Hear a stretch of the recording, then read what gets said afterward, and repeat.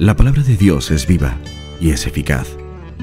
Se nos presenta como una lámpara que alumbra nuestro camino. Es como un manual de instrucciones para nuestro día a día. Y a través de ella podemos descubrir y entender el plan que Dios tiene para nuestras vidas. Te invitamos a escuchar la siguiente reflexión y estamos convencidos te será de mucha bendición. Disfrútala. Antes de empezar con el sermón en sí, vamos a ver un poco el contexto en el que se encuentra Jueces, de qué se trata. Y para entender esta historia vamos a viajar muy atrás en el tiempo, ¿vale? Al tiempo de Abraham, el patriarca de Israel. El Señor se le presentó a Abraham y le prometió la tierra prometida, Canaán, ¿no? Y le prometió que en su familia iban a ser benditas todas las naciones de la tierra. Quería darle la tierra de Canaán porque los cananeos estaban pecando y mucho. Entonces Dios los quiso erradicar, los quiso eliminar a causa de su pecado, pero le prometió que iban a heredar esa tierra, pero que primero tenía que crecer aún más la maldad para que eso pase. 500 años después aproximadamente, el pueblo de Israel estaba entrando en la tierra prometida para poseerla. Y ahí es donde se desarrolla el libro de los Jueces, que abarca unos 350 años entre desde Jueces, desde Josué hasta Samuel, que fue el último juez. Es muy importante que entendamos que Israel, antes de entrar en la tierra prometida, estuvo viviendo en Egipto. Salían de Egipto liberados por el Señor, una tierra donde eran politeístas y paganos, o sea, tenían muchos dioses y le rendían culto a muchos dioses. Y ahora iban a entrar a poseer una tierra, como era Canaán, con muchos dioses paganos y mucha idolatría. Y Dios quería que el pueblo de Israel lo tenga a Él como su único Dios, ¿vale? Y que sepan que Él es el único Dios verdadero. Y por otro lado tenemos que Israel, el pecado de la idolatría la tuvo muy arraigada, siempre. Y siempre Dios tratando de mostrarle que era el Dios verdadero. Luego de vagar por el desierto 40 años, Josué mete al pueblo de Israel en Canaán y antes de morir los llama y les dice que tenían que ser fieles al pacto que tenían con Dios y tenían que obedecer la ley. Josué llama al pueblo delante de Dios y les recuerda todas las cosas que sucedieron rápidamente. Eso lo podemos ver al final del libro de Josué. Cómo le prometió a Abraham que iban a heredar esa tierra, a Isaac, a Jacob. Y luego cómo los sacó de Egipto con milagros, con portentos. Cómo vencieron a estos pueblos, estas ciudades cananeas. Y cómo el Señor había sido fiel a su promesa. Habían pasado muchos años y el Señor no se olvidó de su pueblo ni la promesa que había hecho y ahora iban a ir a heredar la tierra. Y también que tenían que dar gracias porque ahora estaban disfrutando de ciudades que no habían construido ni de casas que habían construido y estaban disfrutando de viñedos y olivares que no habían plantado. Quería que recuerden la fidelidad del Señor. Y el Señor quería destruir a este pueblo por su idolatría. Por ejemplo, tenían un dios que se llamaba Moloch, al cual el culto que le rendían era sacrificar sus hijos. Los metían en sartenes de bronce en fuego ardiendo y los quemaban para sacrificarlos a su Dios. Entonces Dios esto lo aborrecía, le daba asco todo esto y quería entonces erradicar ese pueblo de ahí para que lo posea su pueblo, el pueblo de Israel. Quería quitar de en medio de esa nación a los pueblos paganos y quería que su pueblo sea santo, apartado para él. ¿Y qué pasa? Destruyeron ciudades como Jericó, Gilgal, ciudades grandes, pero todavía quedaba mucho pueblo en la tierra y tenían que destruirlos.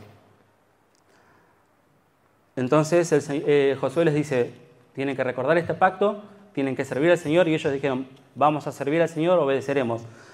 Dijeron, y cito textualmente, al Señor nuestro Dios serviremos y a su voz obedeceremos. Entonces hicieron un pacto, pusieron una piedra como recordatorio. Realmente no sé cómo será eso de que subieron una piedra. Supongo que será una especie de altar. No lo estudié bien realmente. pero hicieron un pacto con el Señor, que iban a obedecer. Entonces, dice que mientras vivió Josué y toda la generación que vivió con Josué, que vieron los milagros que había hecho el Señor, sirvieron al Señor. Luego de la muerte de Josué, el pueblo se dividió, cada uno fue a tomar posesión de su heredad y algunos hicieron caso a esta palabra y destruyeron, dice la palabra literalmente, pasaron por espada. Quiere decir que los mataron a estos pueblos paganos y otros los derrotaron y los pusieron a pagar tributo, los subyugaron. Y entonces, algo increíble que pasa en el capítulo 2 de Jueces, hay una teofanía. Es cuando el Señor se presenta en cuerpo presente delante de su pueblo y les dice, yo hice un pacto con ustedes, que no lo iba a dejar de lado con tal de que no hicieran ningún pacto con los habitantes de esta tierra. Pero no lo hicieron así, no obedecieron. Dice, ¿por qué hicieron esto? ¿Por qué no obedecieron? ¿Por qué no mataron al pueblo que yo dije que maten?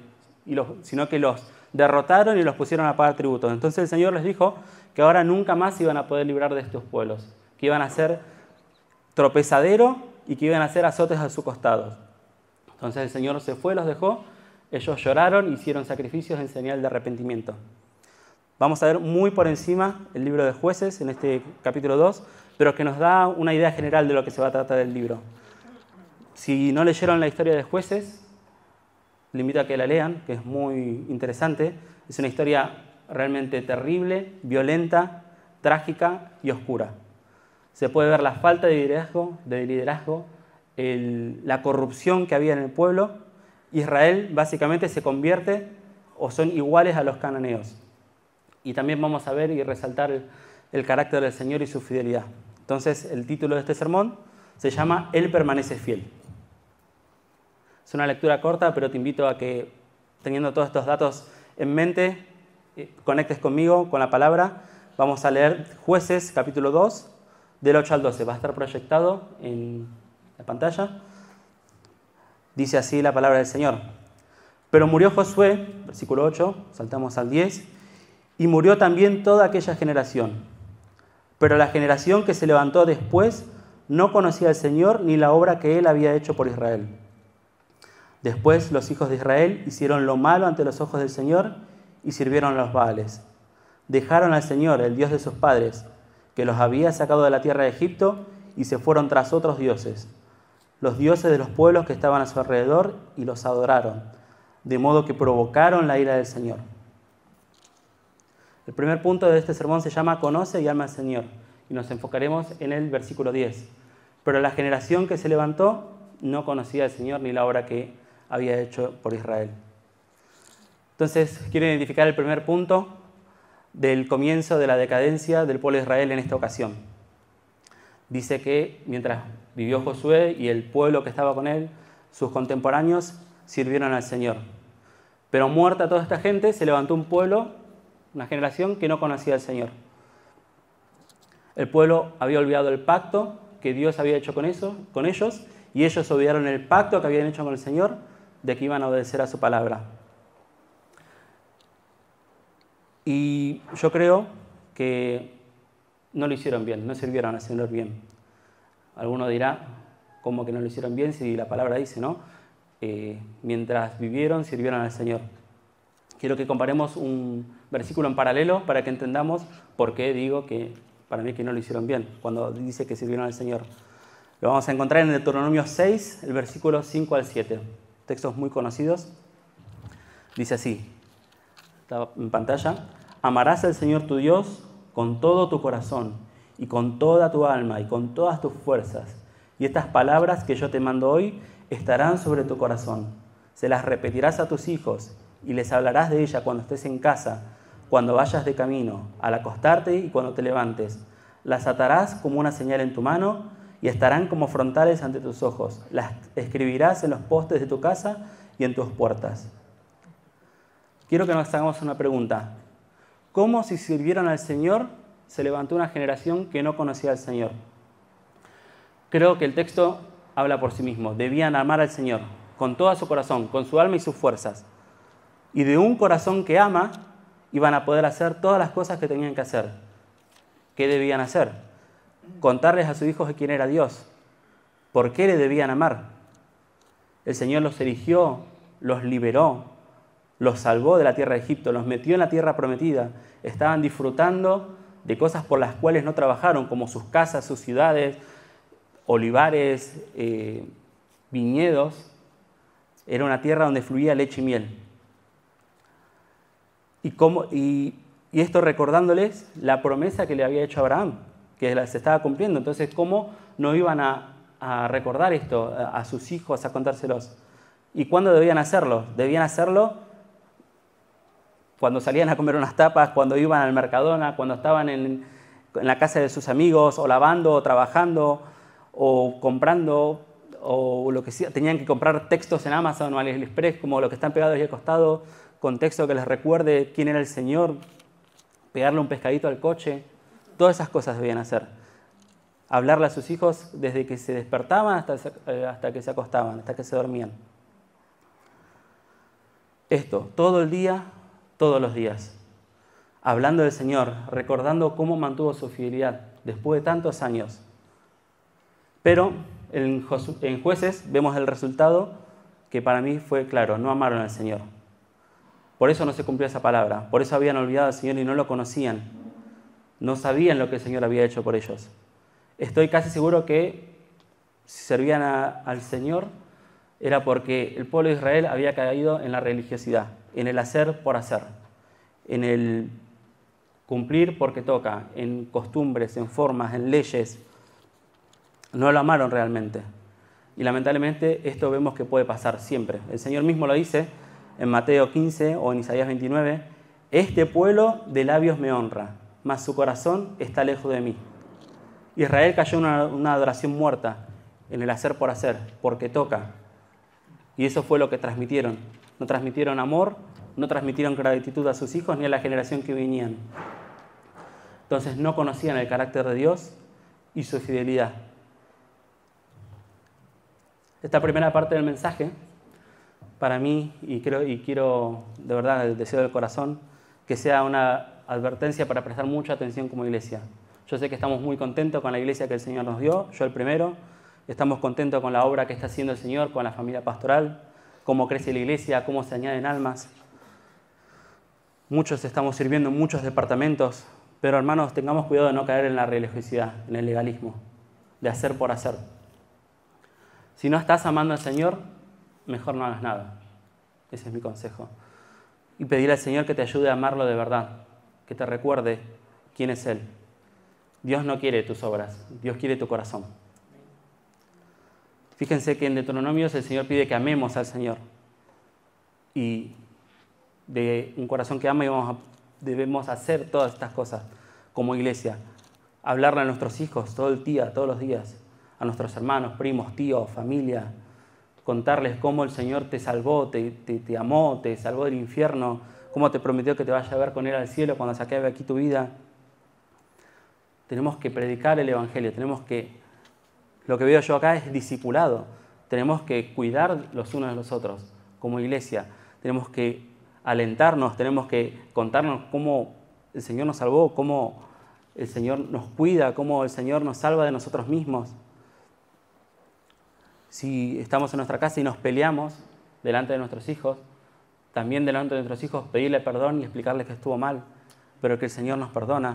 Esas cosas son las que hace que nuestros hijos, que nuestros niños, nuestros jóvenes vean que vivimos realmente el Evangelio, que no venimos a la iglesia el domingo y después durante la semana es otra cosa. Necesitamos que vean el Evangelio, necesitamos mostrar el Evangelio porque a través del Evangelio es que las almas son alcanzadas y son salvadas por el Señor. ¿Y cuándo debemos hacerlo? Lo mismo, todo el tiempo. Cuando vas al instituto, cuando vas a tu trabajo, cuando estás en la iglesia, cuando invitas a alguien a casa, cuando vas al mercado y te cruzas con alguien, que aquí la gente se te pone a hablar y te saluda, todo el tiempo. Mira, hermano, yo me tiré 32 años de mi vida viviendo en la religiosidad, viviendo en el legalismo. Cantaba en el coro de la iglesia, tenía una clase de niños de 6 y 7 años durante años, monitor de campamento durante años, y durante ese tiempo jamás hablé con pasión del Señor, jamás. No era un tema de conversación con mis amigos, era más bien ese que se burlaba y decía, mira, ahí viene el espiritual. que era un fastidio escucharlo porque siempre estaba hablando del Señor. Dice, este es un espiritual, es un falso. Podía discutir horas y muchas veces discutí con mi esposa defendiendo mi visión que tenía del Evangelio, defendiendo mi religiosidad, mi legalismo, mi hipocresía, cuando estaba hundido en pecado hasta el cuello. ¿Y qué pasó? ¿Qué cambió? ¿Me exorcizaron? ¿Me lavaron el cerebro? No, me discipularon. Yo ni siquiera sin saber cuál era el término. Vi como los hermanos de esta iglesia viven el Evangelio día a día, que aman al Señor, que hablan de Él sin vergüenza, que no se avergüenzan del Señor, que siempre están contando qué hizo el Señor, cómo el Señor los ayudó, con una naturalidad que a mí me impactaba, que chocaba contra lo que yo era. El pastor, cuando yo estaba buscando trabajo, que no tenía trabajo, me llamaba durante la semana y me decía, acompáñame a un estudio de narcos, acompáñame a Sanlúcar, preguntándome cosas para conocerme, se preocupaba por mí. Invirtió tiempo en mí, básicamente. Vi el amor de Cristo a través de la iglesia. Me mostraron el Evangelio en acción. Y el Espíritu Santo, a través de eso, a través de la iglesia, a través de los hermanos, derribó mis muros, derribó mis creencias, lo que yo creía que era correcto, derribó mi hipocresía. El Evangelio me salvó la vida y salvó mi matrimonio. El Evangelio fue lo que usó el Señor a través de mis hermanos. Bendito Evangelio. Puse una frase. La iglesia es el cuerpo de Cristo. En la iglesia podrás sentir su abrazo y su amor. El amor de Cristo. Lo vas a sentir en la iglesia. No lo vas a sentir en otro lado. Hermanos, nosotros somos la iglesia de Cristo. No es este local. Este local capaz que el año que viene lo tenemos que cambiar porque nos queda chico. O viene otra pandemia, la peste negra, yo qué sé, hay que cerrarlo. Vamos a seguir siendo iglesia. En nuestra casa, quizás el modelo bíblico más acertado sea la iglesia en tu casa, como era al principio. No tenían locales grandes. Tenemos que practicar el discipulado. Tenemos que amar y abrazar a las personas. ¿Cómo? Ocupándonos de ellas. No seas indiferente a la necesidad de tu hermano. No seas indiferente a un nuevo que viene. No pases de él. Saludalo, preguntale, amalo. De la misma manera que lo hizo el Señor por ti. Cuando vos no conocías al Señor, el Señor se acercó, te salvó, te perdonó, te limpió, se ocupa de ti y te cuida. No te avergüences del Evangelio porque es potencia de Dios para la salvación para todo aquel que cree. Él eligió amarte y es fiel a ese amor, porque te perdona todos los días cuando nosotros somos los más infieles. El segundo punto de esta sermón se llama Sirve al Señor. Y vamos a ver el versículo 11 y 12. Después los hijos de Israel hicieron lo malo ante los ojos del Señor, sirvieron a los Baales, dejaron al Señor, el Dios de sus padres, que los había sacado de la tierra de Egipto y se fueron tras otros dioses, los dioses de los pueblos que estaban alrededor y los adoraron. Entonces podemos ver que el pueblo de Israel no conocía a Dios. Tenían quizás un conocimiento intelectual, quizás vieron a sus ancestros que servían a Dios. Eso se tradujo en que no había amor en el Señor. Era una historia antigua, un mito que quizás conocían. Para mí, que para ellos el Señor no era más que leyes, prohibiciones, mandamientos, y el obedecerles resultaba pesado y fastidioso. Y no debemos ignorar el contexto en el que estaban. Estaban en la tierra prometida, sí. Pero como dije, no habían eliminado todo el pueblo que había ahí de Canaán. Y ellos, en principio, lo que hicieron fueron subyugaron al pueblo, los derrotaron, sí, los pusieron a pagar tributo, impuestos, sí, pero pasó el tiempo, ese pueblo siguió ahí con sus costumbres, con sus dioses, se siguieron multiplicando, se siguieron mezclando y se formó un ambiente perfecto para el desastre. Ya se levantó una generación que no conocía a Dios, que los había metido en la tierra prometida, y pasó lo peor. Empezaron a adorar a esos dioses. Se mezclaron tanto, se empezaron a casar, sus mujeres con las suyas, sus hombres con sus mujeres. Y esto fue terrible.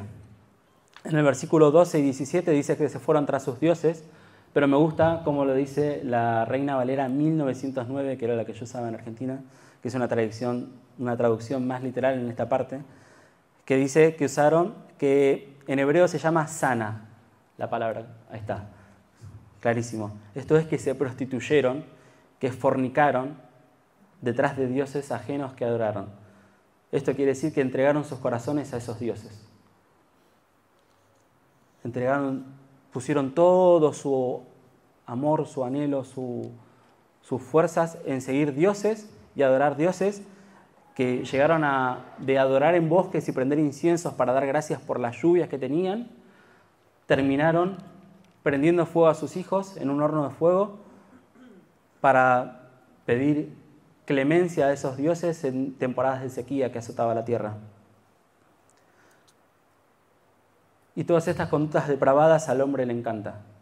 Cuando hay desconocimiento de Dios, se vuelca a eso, a seguir sus pecados, a seguir sus deseos. Y proliferó pecados sexuales y a depravación que abundaban en ese tipo de culturas. Reemplazaron el culto al Señor, que yo lo veo aquí nombrado en la parte que dicen, olvidaron al Señor que los sacó de Egipto. ¿Y de qué los salvó el Señor en Egipto? Los salvó de la esclavitud y los salvó de la idolatría. ¿Y qué ritual tenían ellos para recordar esto? Ellos tenían que sacrificar un cordero, que les tenía que recordar que un día iba a venir un Mesías, ese cordero que iba a quitar el pecado del mundo. Olvidaron al único Dios verdadero que los salvó, que les dio esa tierra donde fluía leche y miel. Se entregaron voluntariamente a alabar estatuas inanimadas, sin vida, y a cometer toda suerte de atrocidades, de pecados, en busca de prosperidad, de beneficio, de favores, de placeres, todas cosas materiales. Israel dejó de ser un pueblo santo, elegido y apartado de Dios, para convertirse en un cananeo más. No había diferencia. Si alguien pasaba por ahí, un día en una feria, en una fiesta, nadie podía decir, estos son israelitas y estos son cananeos. Eran lo mismo, disculpen. Hay que hidratarse.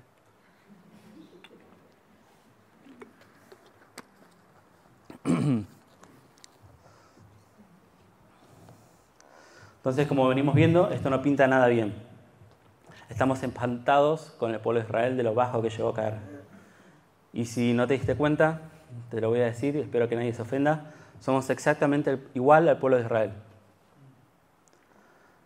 ¿Cómo que somos iguales? ¿Cómo me estás diciendo esto? Estás hiriendo mi susceptibilidad. Bueno, no creo que nadie aquí prenda fuego a su hijo en un horno, espero. Pero si no puedes ver las similitudes, déjame que te ayude y te muestre cómo nos parecemos a Israel. Muchos acá quizás tienen un conocimiento intelectual del Señor, pero ¿tenemos gratitud en el corazón por lo que el Señor hizo? ¿El Señor son para ti leyes, prohibiciones y mandatos? ¿O seguir al Señor te resulta pesado y fastidioso? ¿O disfrutás de la libertad en la que Cristo te hizo libre? ¿Disfrutás ser un hijo de Dios? ¿Querés contarle a todo el mundo lo que Cristo hizo en tu vida? ¿Sentís eso? ¿Realmente lo sentís? Si hacemos esas preguntas, nos vamos a dar cuenta. Y déjame decirte que si no te pasa eso, si no sentís pasión por el Señor, si no disfrutás de la libertad que te hizo Cristo libre y te sentís apresado, siempre mirando para otro lado antes de hacer algo, o lo que sea, esto quiere decir que no amás al Señor y que tenés otro Dios en tu vida. Estás adorando a un ídolo, le estás sirviendo un pecado. Te quedaste con la vida de cristiano, tenés la Biblia abajo del brazo o en tu móvil, la tenés en tu boca cuando hablas acá en la iglesia, pero no la tenés en tu corazón. El resto de la semana estás viviendo para satisfacer ese ídolo que tengas. Ponle el nombre que quieras. Pecado o incluso cosas lícitas, como un trabajo, una carrera, lo que sea. ¿Disfrutás ser un hijo de Dios? ¿Te podés sentar una tarde en tu casa mientras escuchás canciones o lees la Biblia, tu devocional, y meditas en lo que Cristo hizo por tu vida y emocionarte y decir, no entiendo cómo el Señor tuvo compasión de mí siendo lo que soy? El Señor te prometió el cielo, que es nuestra tierra prometida. Todos esperamos llegar ahí. Pero mientras estamos aquí, estamos en un mundo caído en pecado y seguimos pecando. Pero ¿la gente nota la diferencia con alguien que no tiene al Señor? ¿Cómo te comportás con tus amigos, con tu familia? ¿Notan que tenés a Cristo en tu vida? ¿Lo notan o pasás totalmente desapercibido? Mientras estás en este mundo, Dios te pide que mates tu pecado, así como le pidió a Israel que mate a Canaán. ¿Tenés tu pecado crucificado contigo mismo en la cruz? ¿Luchás contra tu pecado? ¿O ese pecado lo tenés ahí más o menos apaciguado en tus fuerzas, en tratar de hacer las cosas bien? Déjame decirte que si no matás tu pecado, se va a enseñorear de vos, te va a dominar y te va a destruir. Una frase que usa siempre el pastor, ¿no? Si no matás tu pecado, el pecado te destruirá a ti. ¿Y cómo hago entonces con el pecado? Discipulado, hermanos, de nuevo. No tenés que luchar solo contra tu pecado. Todos creo que somos seres humanos, ¿no? Luchamos con lo mismo. Con lo mismo. No te creas esa mentira de que tu pecado no lo hace nadie más. Quizás es otra variación, lo que sea. Acércate a hermanos que te acercan al Señor, que te cuenten sus luchas y cómo hacen. Ahí vamos a poder vencer, alentándonos los unos a los otros. Olvídate del llanero solitario, eso no existe. Yo lo hice 30 años y es lo peor. No tenés comunión con el Señor, no tenés comunión con tu familia. Es horrible. ¿Te estás prostituyendo detrás de un ídolo? No hablo de una estatua de piedra, de madera o un tótem. Hablo de que si tu vida, tus fuerzas, tu amor, lo estás entregando, por ejemplo, a tu carrera, tus estudios, tu proyecto personal, tu trabajo, el amor de tu vida, tus hijos, esperando neciamente que eso te va a llenar. La llenura solamente te la puede dar el Señor. No está mal ser amado, no está mal desear ser aceptado, no está mal desear tener seguridad o ser feliz. El problema es cuando nos aferramos a todas las cosas que creó el Señor y queremos buscar en ellos la seguridad, la aceptación, el amor que solamente te puede dar Cristo, que realmente Él te da. El problema está si idolatras a tu pareja y Dios no es suficiente para vos, porque Él te ama. El problema está si idolatras tu trabajo, que te da los euros en la cuenta, que te ayuda a llegar a fin de mes y no tenés seguridad de que el Señor va a cuidar de ti. Así como a Elías lo crió con cuervos, o mucha gente que recibimos ayuda de aquí, el Señor te va a cuidar, no te va a dejar de lado. Si deseas ser aceptado y buscas esa aceptación en las redes sociales, en tus amigos, ahí está el problema. Si que Cristo haya muerto en una cruz por ti, te da exactamente lo igual. El que importa que te haya aceptado es Cristo, no una solicitud de amistad en Facebook, que no sé si se usa todavía, o Instagram. ¿Estás sacrificando tus hijos o tu familia en un horno de fuego? ¿Entregando tu fuerza, tu tiempo de calidad a servir a esos ídolos, a ese trabajo, a ese proyecto? Mira, hermano, si quizás el que no está aquí obviamente no lo va a escuchar, quizás vea el video después. Pero si estás trabajando un domingo o si faltaste a la iglesia un domingo por estudiar, por tu carrera, lo estás haciendo mal.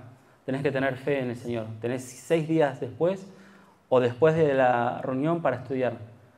Y si tu trabajo te está impidiendo venir a la iglesia, tenés fe de pedirle al Señor que te dé un trabajo que te permita venir a adorar aquí con tus hermanos, con tu familia. Tu familia necesita que estés aquí, para que puedan ver que amas al Señor y que el Señor está por encima de tu trabajo, de tu carrera, de tu proyecto, de lo que sea.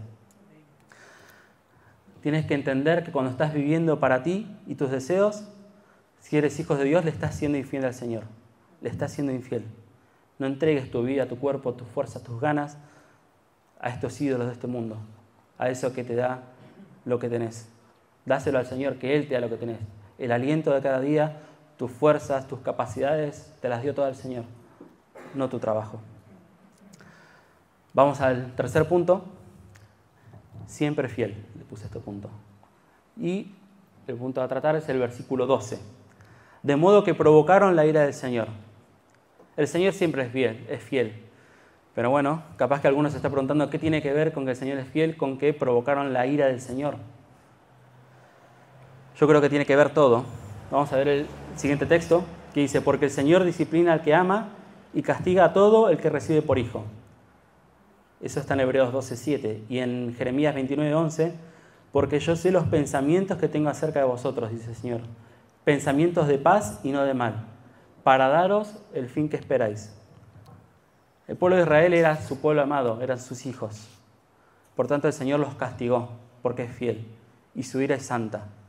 Y lo que busca el Señor es tu bien cuando te castiga, no busca destruirte, aunque es lo que el pueblo de Israel se merecía, que los destruya. Por eso fueron vencidos por sus enemigos, fueron vendidos como esclavos y sufrieron mucho.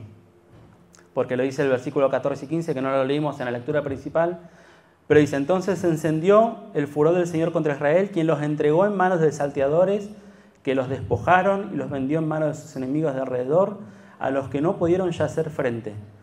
Por donde quiera que salían, la mano del Señor estaba contra ellos para mal, como el Señor había dicho y se lo había jurado. El Señor había sido fiel a su palabra. Ahora estaban sufriendo a causa de su pecado y su idolatría. Habían salido de Israel como pueblo victorioso, habían vencido a sus enemigos y ahora de nuevo, en unos cuantos años, estaban de vuelta siendo subyugados por otro pueblo, estaban siendo vendidos, estaban siendo esclavizados, porque abrazaron sus ídolos y los amaron. Y ahora eso los estaba haciendo sufrir. Estaban atrapados sin poder liberarse de sus enemigos.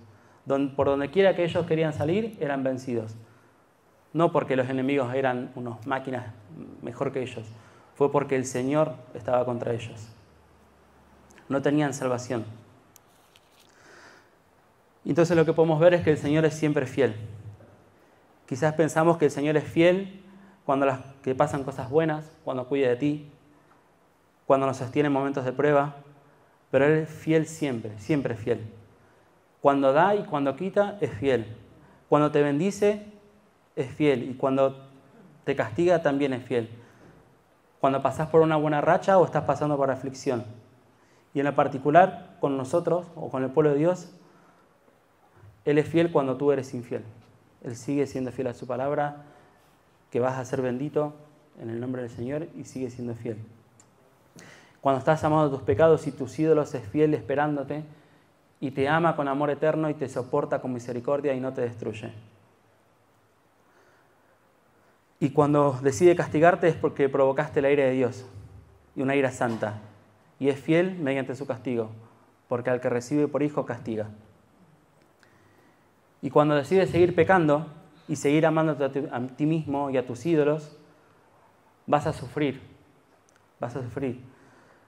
Sea que tu pecado, o sea eso que te da seguridad, alegría, confianza, eso que te da vidilla, se va a volver en tu contra y la vas a pasar mal. Porque el trabajo se va a acabar, porque tu carrera se va a terminar, porque las personas te fallan, te engañan, te son infieles. Y eso que está gobernando tu vida te va a destruir, va a destruir tu familia y va a destruir tu identidad. Y vas a ser un infeliz porque no te vas a poder salvar a vos mismo. Y tenemos de testigo todo el mundo tratando de encontrar el valor en uno mismo, los libros de autoayuda que te automienten diciéndote que sos lo mejor cuando no. Cuando estamos perdidos, presos del pecado, presos del diablo que nos está azotando porque nos odia. Incluso podrás tener todo lo material o lo que quieras e igualmente vas a estar vacío. Nunca es suficiente, nunca es suficiente, siempre vas a querer más. Y cuando ya hayas probado todo, te vas a dar cuenta que vas a estar vacío. Es estar como en un desierto que ni el agua puede saciar la sed. Porque el alma tiene sed de Cristo, es lo que necesita. Un alma nunca va a estar tranquila hasta que tenga al Señor. No te vas a poder salvar hasta que Cristo no te salga a tu encuentro. Y el último punto de este sermón, Salvador fiel. El Señor le levanta jueces y los libra de mano de los enemigos, porque el Señor era movido a misericordia al oírlos gemir. El Señor escuchó a su pueblo gemir, escuchó que estaban sufriendo opresión de parte de sus enemigos, y como es fiel y recuerda el pacto que tenía con ellos no tenían ni idea quién era Dios, pero Él sí, porque Él no se olvida.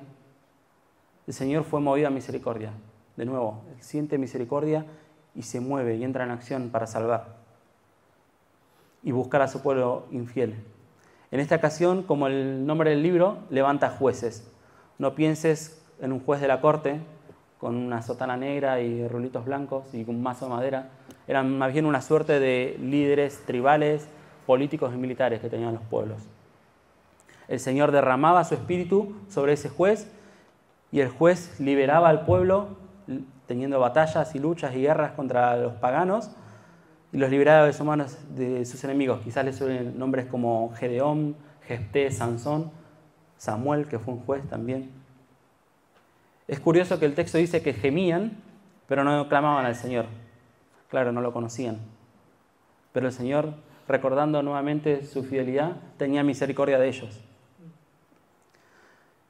Y estos jueces van de mal en peor. Si leen el libro de jueces, van a ver que empiezan bien, más o menos bien, mal y súper mal. Sansón, el último de todos, fue el peor. Samuel fue bueno, la excepción a la regla, ¿no? Demuestran que no conocen a Dios, no conocen el carácter de Dios, no lo conocen para nada. El caso que más a mí me impactó se llama Jefté. Es un juez que destruyó a los amonitas en una cruzada y el Señor lo llenó de su espíritu y por eso pudo vencer. Y él, cuando termina de hacer su cruzada, dice: voy, cuando llegue a mi casa, el primero que me salga a su encuentro, lo voy a sacrificar al Señor en el holocausto. ¿Y quién le sale a su encuentro? Su única hija. No tenía hijos o más hijas, su única hija. Y él cumplió su palabra. Le dio 2 meses para que ella vaya a llorar porque se le acababa la vida con sus amigas, y cuando volvió la ofreció en el holocausto al Señor. Y el Señor no dice que aceptó o no aceptó, no dice nada, ¿no? Pero lo que sí podemos ver es que no conocían el carácter de Dios, no sabían quién era Dios.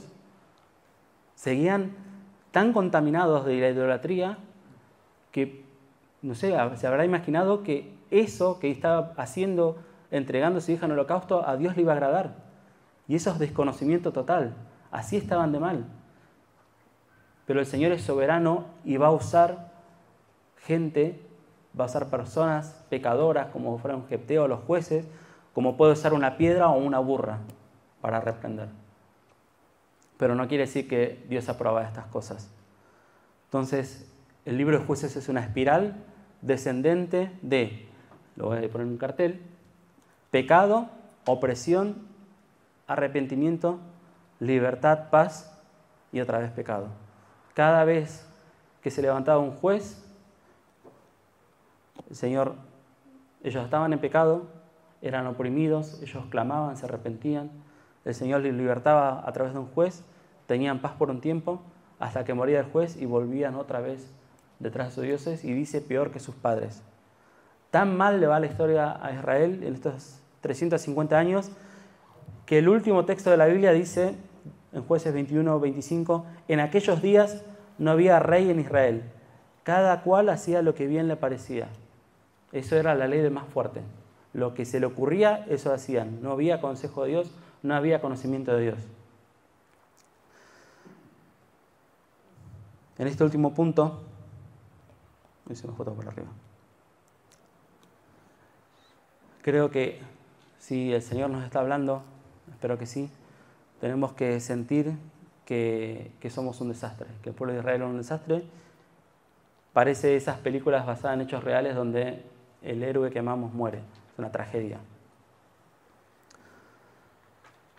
Hasta ahora vimos que si vivimos en religiosidad podemos olvidar quién es Dios, no conocerlo, y corremos el peligro de que la próxima generación que se levante no conozca a Dios.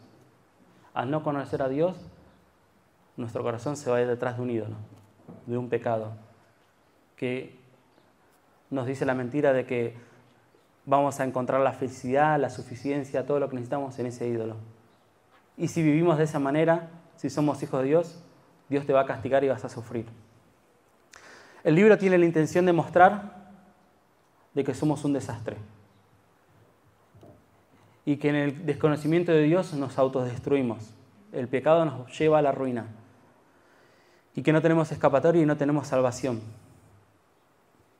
Si no, tenés de ejemplo tenés toda la humanidad.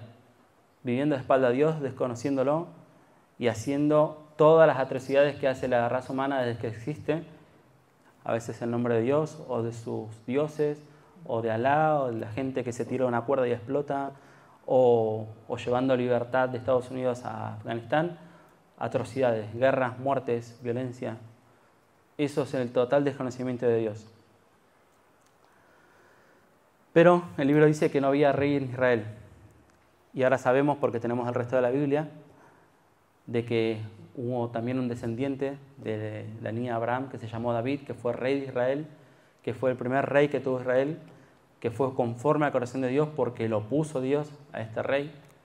Y a ese rey Dios le prometió que de su descendencia iba a haber un rey que iba a ser rey para siempre. Y ese rey, por si no nos enteramos, spoiler, se llama Cristo, Cristo Jesús, el Mesías, el Salvador. Y en él son benditas todas las naciones de la tierra, como le prometió a Abraham. Este Salvador vino a salvar a muchos de sus pecados y para salvarlos de sus pecados para siempre. A diferencia de los jueces, Cristo es un tipo, ¿no?, de los jueces de Salvador. A diferencia de los jueces, él sí conoce el carácter de su Padre. Y él es santo, hizo todo bien. Vino para hacernos libres y que vivamos en paz. En esta historia vemos que Israel se convierte en Canaán y esto nos quiere mostrar que somos todos malos y pecadores y todos merecemos ser destruidos y todos merecemos ir al infierno. Ninguno aquí es mejor que nadie. Ninguno aquí es especial. No sos mejor que el que tenés al lado, no sos mejor que el que está afuera de la iglesia, no sos mejor que el que amaneció en una plaza tirado, borracho, drogado, lo que sea. Somos todos iguales, iguales de malos. Nosotros por naturaleza despreciamos a Dios y solamente vivimos para recibir bendiciones espirituales, recibir favores. Despreciamos el amor de Dios y despreciamos su fidelidad.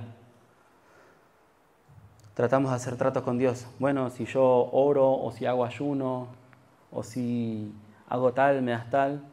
O el que no conoce a Dios tratando de, por medio de sus fuerzas, por medio de sus títulos, por medio de su carrera o lo que sea, buscar tener un propósito, ser algo en esta vida y salvarse a sí mismo. Porque no pueden aceptar la idea de que si no, no son nada. No funcionan tus esfuerzos, no funciona así Dios. No importa que también lo hagas, no te puedes salvar. No te puedes salvar a vos mismo.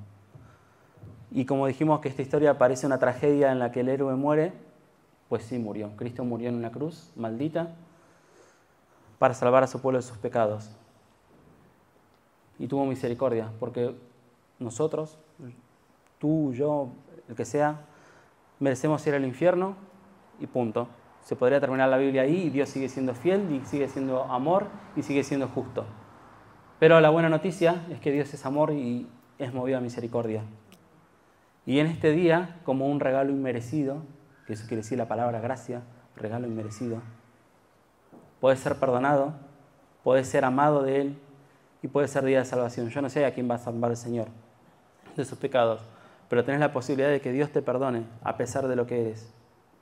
Pues Cristo puede llegar a tu vida, te puede liberar de ese pecado, de ese vilo por el cual estás viviendo y te puede hacer libre de verdad. Y te puede llenar de gozo y te puede llenar de paz, de amor, de aceptación, de todo eso que nos hace falta. El libro de Jueces también nos muestra, como buena noticia, que no importa qué tan malo seas, no importa qué tan malo hayas hecho, no importa en qué te hayas equivocado, el Señor lo puede perdonar todo. Lo puede perdonar todo, no hay nada que no pueda perdonar. Hasta el crimen más atroz que se te cruce por la cabeza, ese lo puede perdonar si el Señor tiene misericordia de ti. Y como seguimos siendo pecadores hasta que muramos, lamentablemente, hasta que no tengamos un cuerpo glorificado y estemos en la presencia del Señor, vamos a seguir pecando, vamos a seguir equivocándonos. No te creas la mentira de que si pecaste no te puedes acercar al Señor y decir, no puedo orar después de lo que acabo de hacer, soy indigno, ¿cómo me va a escuchar el Señor? Si no lo sabías, o si no se te ocurrió, sos indigno todo el tiempo. Nunca sos digno. Pero ahora el Señor te mira a través de la obra de Cristo. Y como te mira a través de la obra de Cristo, su Hijo amado, es que te tiene misericordia y te recibe y te escucha, como recién habíamos cantado y leímos el texto, que nos podemos acercar confiadamente al trono de la gracia y encontrar ayuda para el oportuno socorro. Tienes que creerte la única verdad, que es que no tenés valor por vos mismo. No hay valor en ti. El valor en ti lo tienes por la obra de Cristo hecha en tu vida. Y esta verdad es la que te tiene que llevar a derretirte en adoración al Señor. Y puse una frase que dice: tienes valor porque Cristo pagó el mayor precio por ti. Tienes el valor de la vida de Cristo, el Hijo de Dios. No valías nada y el Señor pagó, Dios pagó con lo más caro que tenía, con la vida de su propio Hijo. Entonces ahora tu vida tiene ese valor, que fue el costo.